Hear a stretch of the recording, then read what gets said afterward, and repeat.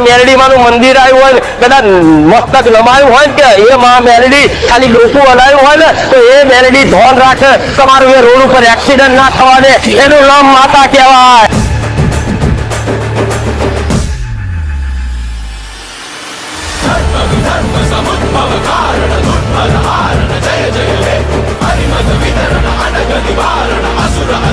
जय जय